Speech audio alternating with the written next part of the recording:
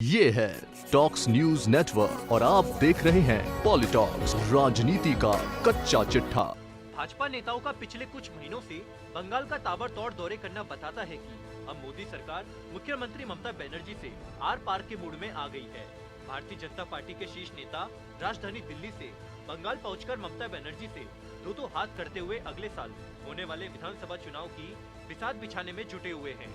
अब इसी कड़ी में केंद्रीय गृह मंत्री अमित शाह 2 दिवसीय दौरे पर आज रात बंगाल पहुंच रहे हैं। यहां आपको बता दे, दौरे के पहले दिन ही अमित शाह पूर्वी मिदनापुर में एक किसान के घर जाकर दोपहर का भोजन कर देश भर में 3 कृषि कानूनों के खिलाफ चल रहे प्रदर्शन के मद्देनजर किसानों को साधने की कोशिश करेंगे। हालांकि इसी साल नवंबर के दौरे में भी अमित शाह ने एक आदिवासी के घर में भोजन के कार्यक्रम को अपने दौरे में प्राथमिकता के साथ शामिल किया था।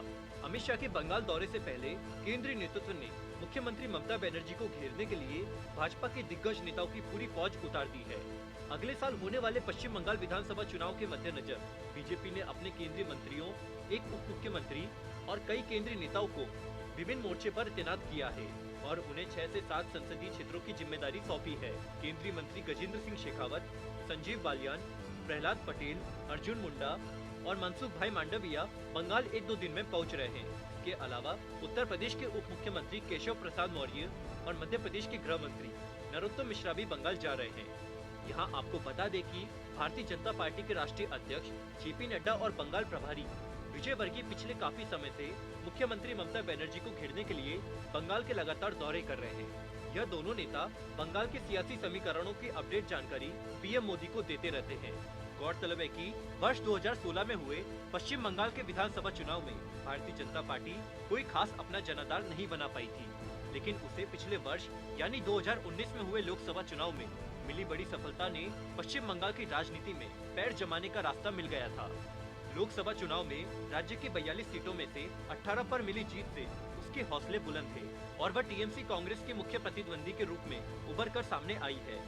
तभी से भाजपा नेता बंगाल की रट लगाए हुए हैं और लगातार दावा करते आ रहे हैं कि अगले वर्ष होने वाले विधानसभा चुनाव में बीजेपी मुख्यमंत्री ममता बनर्जी के नेतृत्व वाली टीएमसी सरकार को सत्ता से बाहर फेंक देगी।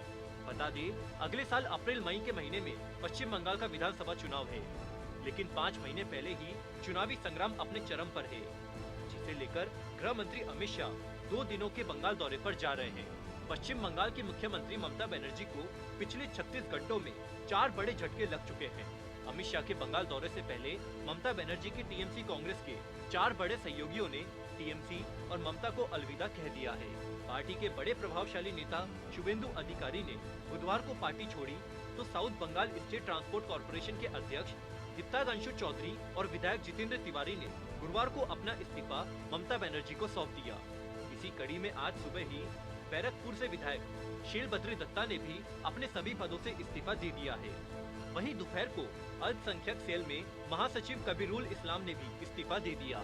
अब ऐसे कयास लगाए जा रहे हैं कि शुभेंदु अधिकारी सहित ये सभी विधायक और नेता गृह मंत्री अमित शाह के सामने भाजपा का दामन थाम सकते हैं। लेकिन आपको बता दें कि शुभेंदु अधिकारी का इस्तीफा अभी स्वीकार नहीं किया गया है।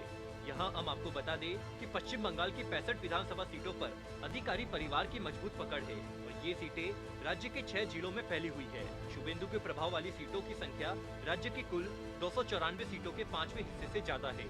गृह मंत्री का दौरा इसलिए भी महत्वपूर्ण है क्योंकि हाल ही में बीजेपी अध्यक्ष जेपी नड्डा के दौरे के दौरान टीएमसी द्वारा जमकर विरोध किया गया था और उनके काफिले पर पथराव भी किया गया था, जिसके बाद केंद्र नेताओं की सुरक्षा को लेकर राज्य सरकार को जमकर लताड़ लगाई गई थी। बता दें कि अमित शाह अपने 2 दिन बंगाल दौरे पर जनसभाएं और रोड शो भी करेंगे।